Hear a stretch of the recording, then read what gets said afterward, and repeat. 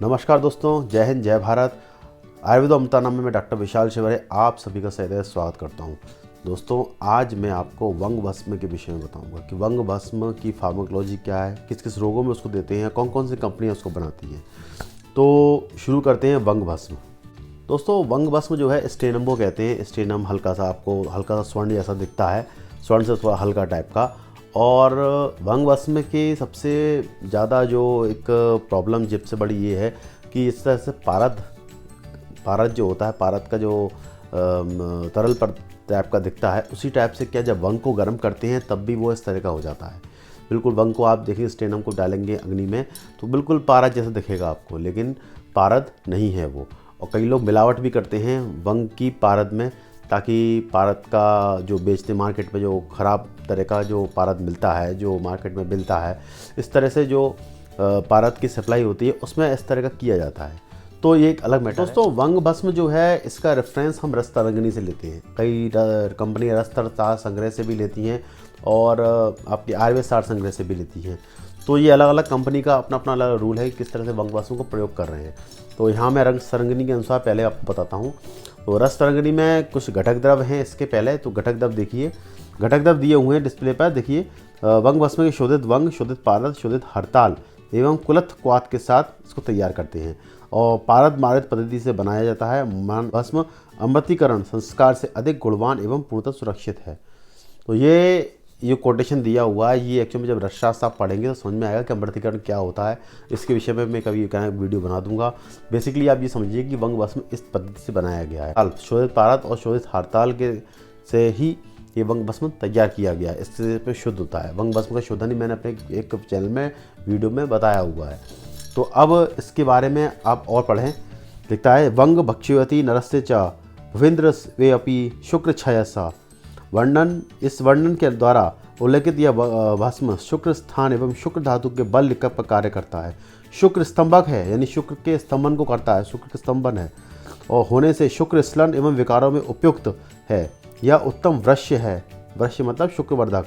मेद्य है, यानी दिमाग को भी आपको तेज करेगा। मेद्य रसायन जो होता है, मेद्य रसायन बोलते हैं उसको।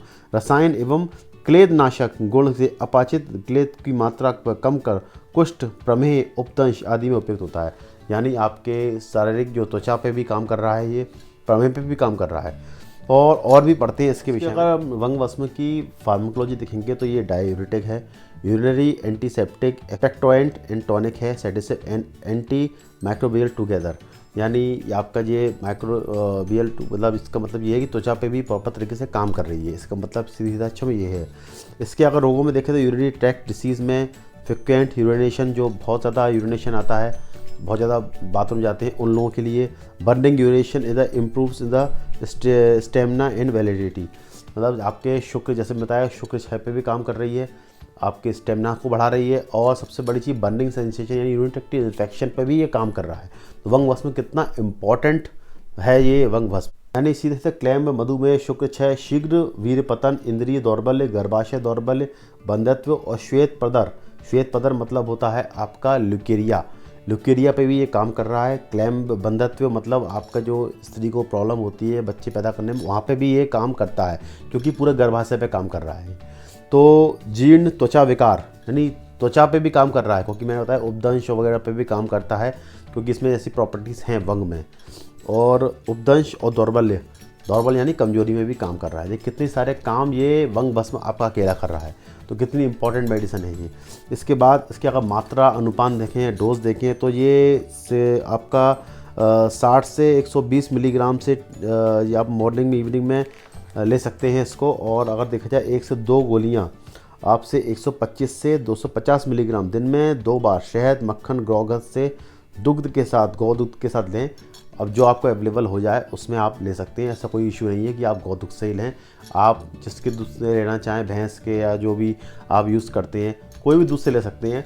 फिर इसके बाद अगर इसकी जो मार्केट में अवेलेबिलिटी है वो 5 ग्राम, 10 ग्राम, 250 ग्राम, 1 किलो की गोलियों में भी उपलब्ध रहती है। आपका 25 गोली या 50 गोली और 1000 गोलियों में भी ये आपको अवेलेबल हो जाता है। और इसके बाद आप डाइट देखेंगे तो डाइट में देखेंगे आप कि बटर मिल्क, व्हीट, आप परवाल ले सकते हैं, आप अवॉइड आपको जो जिगरी ऑयल्स वगैरह चीज़ें अवॉइड करनी है।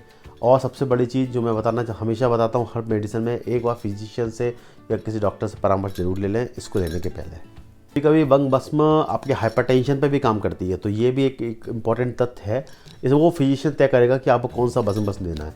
अब कंपनियों की बात की जाए तो डाबर 2 तरह से वंग भस्म देती है, एक आपका हड़ताल युक्त है, एक और बनाती है। दोनों का अपना अपना प्रयोग है। और इसके अलावा आपका धूपापेश्वर, ऊझा आदि ये वंग भस्म बनाती हैं। आप वंग भस्म बनाने की आप कई फिजिशियन भी वंग भस्म बनाते हैं, तो सिंपल है, बना सकते हैं। सिर्फ अपन को उसका शोधन प्रॉपर होना चाहिए, ये इम्पॉर्टेंट होता है। तो दोस्तों, वंग भस्म के विषय में आपको लगभग सारा नॉलेज हो चुका है। जो आपको काम की बातें वो आपने सुन ली हैं, समझ ली हैं। आपने बुद्धि का उपयोग करें और चिकित्सक के परामर्श अनुसार वंग भस्म का प्रयोग आप कर सकते हैं। तो अगली बार अगली मेडिसिन संग में फिर आपको इसी मंच पर उपस्थित होता हूँ। जय हिंद, जय भारत, नमस्कार।